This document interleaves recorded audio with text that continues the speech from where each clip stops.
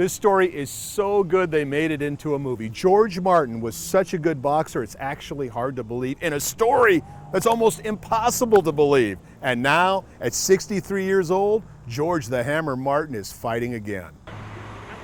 Take your time, take your time. There you go. George Martin trains a young fighter at his brand new gym. Pick it up.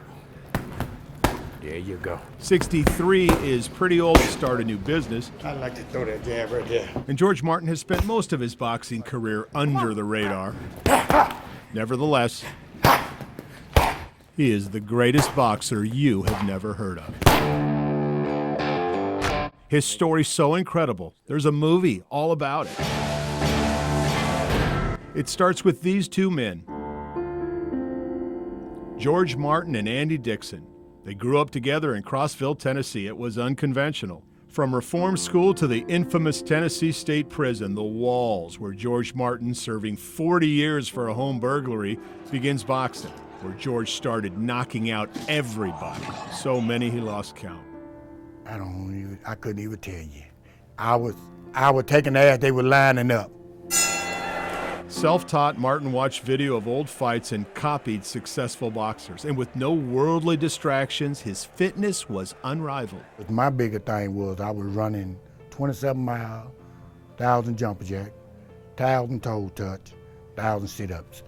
I used to go out on the yard and run till sun up to sundown. Eventually, the warden brought in a Golden Gloves state boxing champ. Martin knocked him out in one round. Then he knocked out another Golden Gloves champ, again in one round. I think maybe they wanted to see if they could find somebody to bring him down a notch. You know what I'm saying? I really believe they wanted to see somebody beat George. So they kept bringing them bigger and bigger and bigger.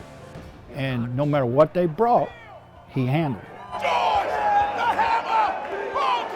This led to the most unlikely fight ever. John Tate, the former heavyweight champion of the world, a 6'4", 240-pound man, came to prison to fight the 153-pound George. That's considered unsafe in boxing, impossible for the smaller man, no matter his skill. But Tate needed a warm-up fight before a bout to regain his world title. George said yes. And I looked at him.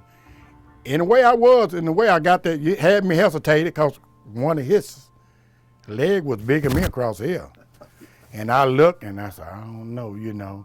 And I kept shaking my head, you know, but I boxed him anyway, you know. I did what I had to do to him. Another one-round knockout. The results were kept secret to save Tate's career, but the news got to the U.S. Olympic boxing team. They arranged a pardon to get George out of jail and get him on the U.S. Olympic boxing team in 1984. George was a probable gold medal, which would lead to fame and fortune. But George said there was one condition, only if they would also release another prisoner, his transgender cellmate, Crystal, who George had fallen in love with. Was it a hard decision to give that up because you love fighting so much? It wasn't hard to give it up. It was just, I guess my biggest thing that I was so into in there than I was out there. The angry warden said no and separated the two. Crystal ended up dying of AIDS. George was diagnosed with AIDS and was released from prison, also to die.